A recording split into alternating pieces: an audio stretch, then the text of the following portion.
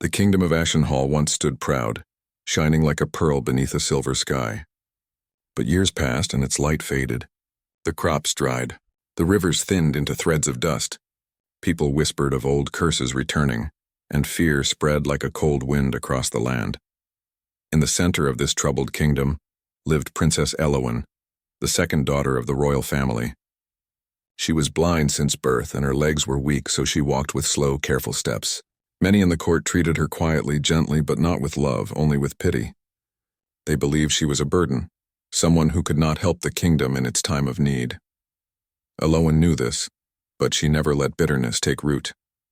She had learned to listen to the sound of the world, the way footsteps changed when someone carried worry, the way wind moved differently when rain approached, the way silence held secrets. She felt the world more than she saw it. Still, she often wondered if there was a place for her in a kingdom that did not see her worth. The curse returns. Ashenhall's council gathered again and again, searching for a way to save the dying land. When all plans failed, an old legend resurfaced, one that the kingdom had hoped to forget. The Beastwood, a vast forest of ancient creatures, demanded an offering once every 100 years. If the offering was accepted, the land would recover. If not, the kingdom would continue to fall into ruin. The last offering had been centuries ago. Some believed it was only a story. Others believed it was the only explanation for the strange sickness spreading through the land. And so the council made a decision. A painful, unfair but easy decision. They chose Eloan. The king and queen resisted at first, but the pressure from nobles, advisors, and desperate citizens grew too heavy. They convinced themselves this was mercy, that Eloan's suffering would save thousands. Eloan heard their quiet discussions. She felt their guilt in the tremble of their voices. When the final decision was made, she simply bowed her head. She did not cry. She only asked for one night alone in her room, and no one refused her that. The last night, the night before she was taken to the Beastwood, Eloan sat by her window, listening to the soft hum of the wind. She could not see the stars, but she felt their cool presence in the sky. She spoke softly to the dark. "I do not know if my life has been meaningful," she said, "but I hope my ending will be." There was no answer, only the quiet beat of her own heart. The next morning, the palace was silent when she stepped out in a simple dress. She carried no jewels, no crown, only a small wooden charm shaped like a leaf, something her mother had given her as a child. Her escort of guards did not meet her eyes. She understood why. The path to the Beastwood. The road to the Beastwood was long and uneven. Eloan walked with steady patience, using a cane to guide her steps. She felt the earth change beneath her feet, the warm stone paths of the palace turning into rough dirt, then soft moss as they neared the forest. The air grew colder, sharper. Even without sight, she sensed the presence of something ancient waiting. When they reached the edge of the forest, the guards stopped. They could not go farther. The law of the old pact forbade humans from crossing with force or weapons. One guard finally spoke, his voice thick with guilt. "Princess, we are sorry." Eloan nodded gently. "I know." She stepped forward alone. Her cane tapped once against the boundary between human land and the Beastwood. The sound changed, like the world itself shifted. Then she entered.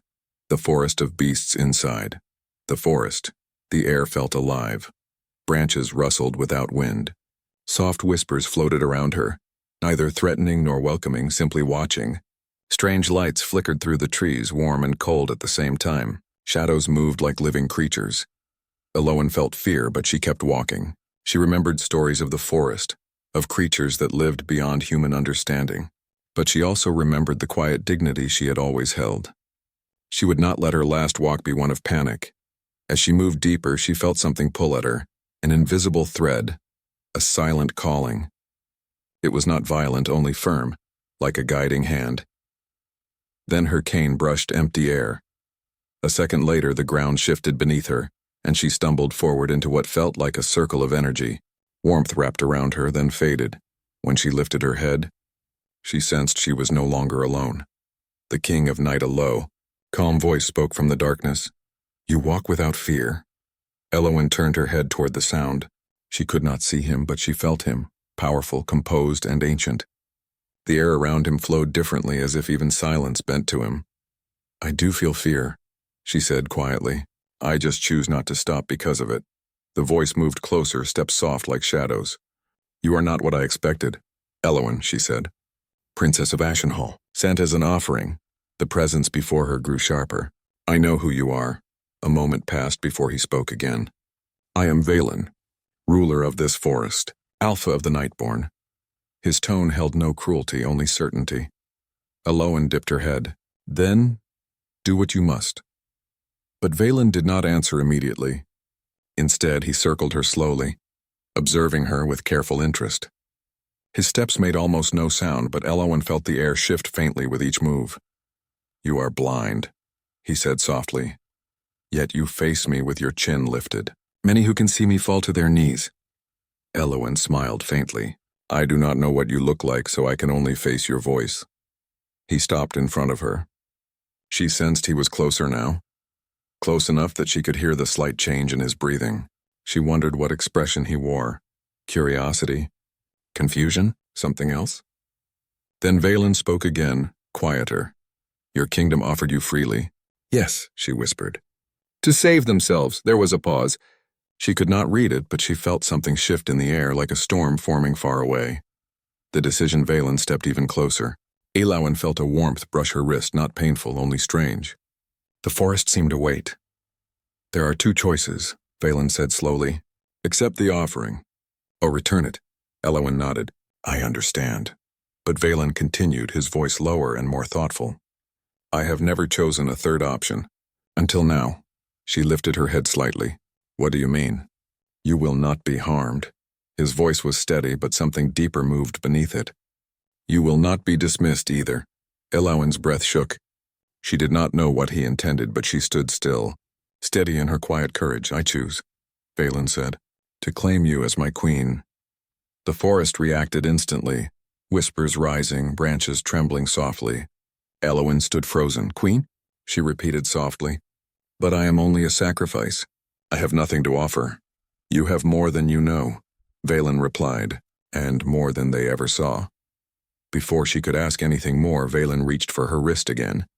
His touch was light, almost careful, as if he feared she might break. But the moment his fingertips brushed her skin, something powerful surged through her. A rush of warmth, like sunlight breaking through clouds, burst from her wrist and spread through the clearing. Eloan gasped softly. Valen stepped back in surprise. The forest fell silent. "What was that?" she breathed. Valen's tone for the first time held uncertainty. "Something ancient. Something lost. Something I did not expect to find in a human." Eloan felt her heart race. Her body trembled, not from fear, but from something unnamed, something awakening. Valen's voice softened to a whisper. The forest held its breath. Eloan's heart still raced, her wrist tingling with the strange light Valen had awakened. Around them, shadows twisted and whispered, but none dared move closer. Even the creatures of Beastwood seemed to sense that something extraordinary had begun. Valen stood in silence, his expression unreadable. He was powerful beyond any human measure. Yet even he had been startled by the sudden pulse of energy from her. He stepped closer again, his presence like a dark tide rolling over the clearing. "You have power within you," he said finally, his voice soft but firm, something that should not exist in a human. Eloan looked up, feeling the warmth of the light on her skin.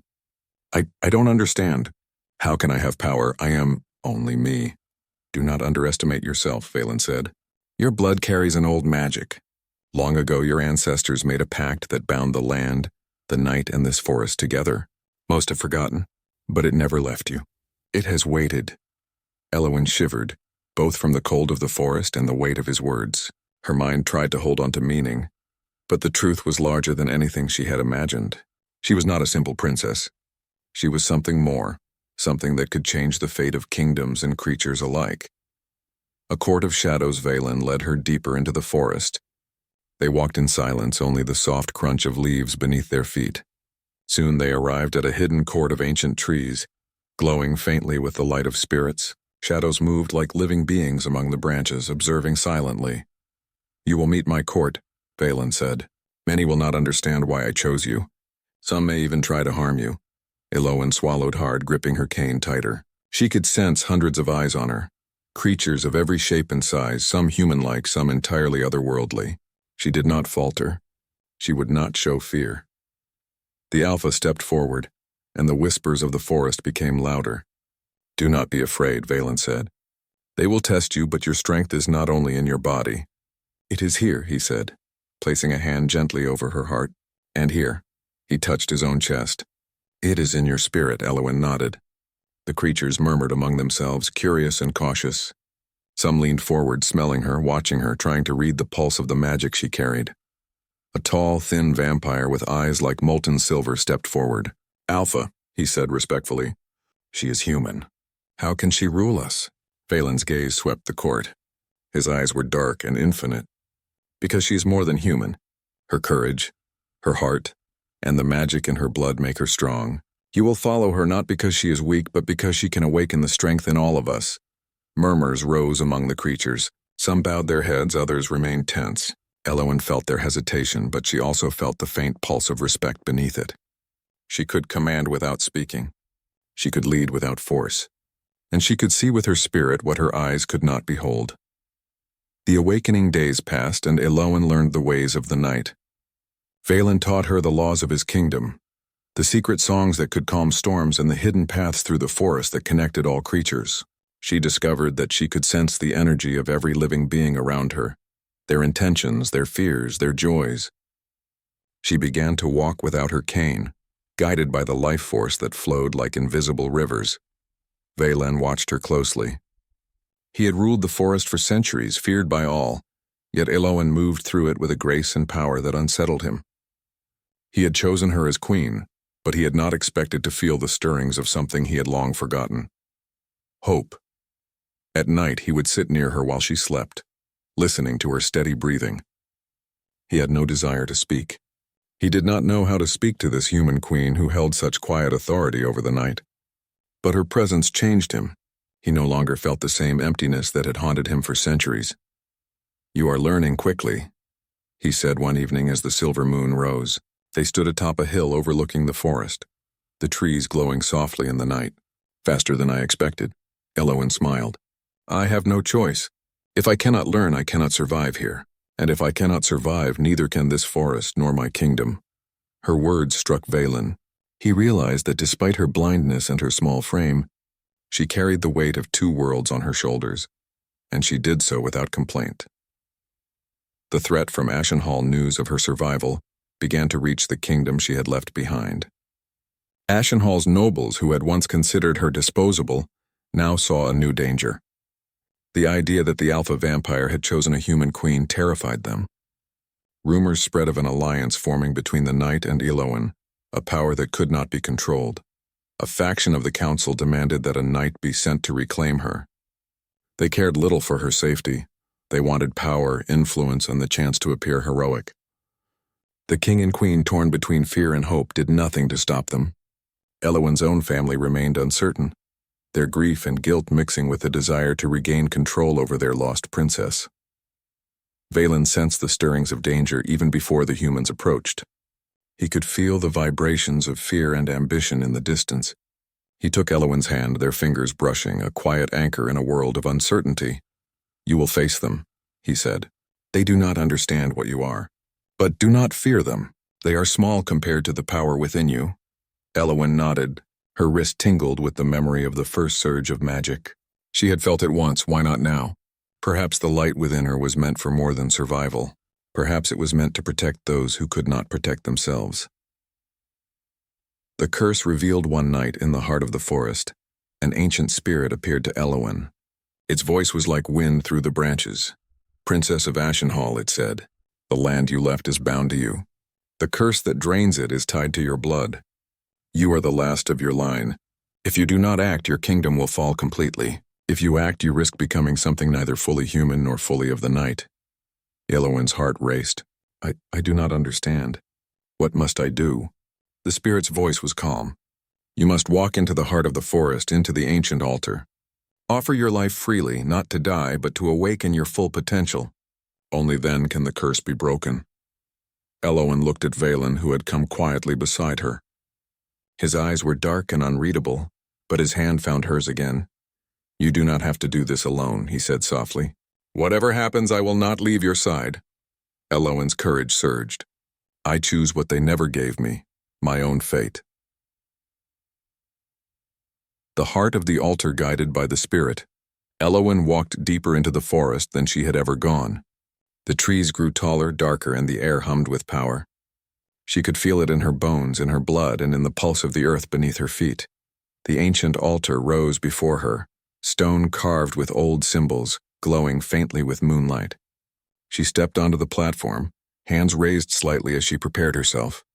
The energy of her ancestors pulsed within her, mingling with the magic Valen had first awakened.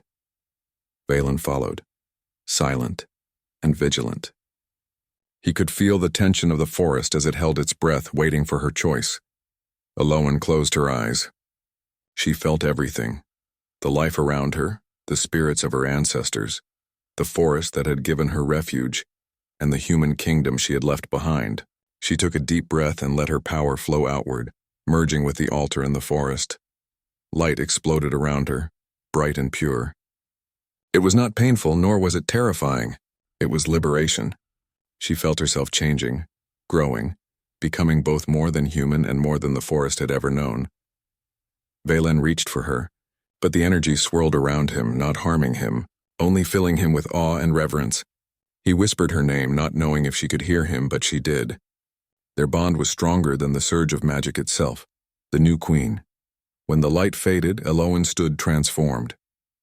She could still feel her humanity, her heart, her love, but now her presence radiated power. The creatures of the forest bowed instinctively. Even the spirits whispered their respect. Valen stepped closer, taking her hands in his. You are the queen, he said softly. More than I ever imagined. Eloan smiled.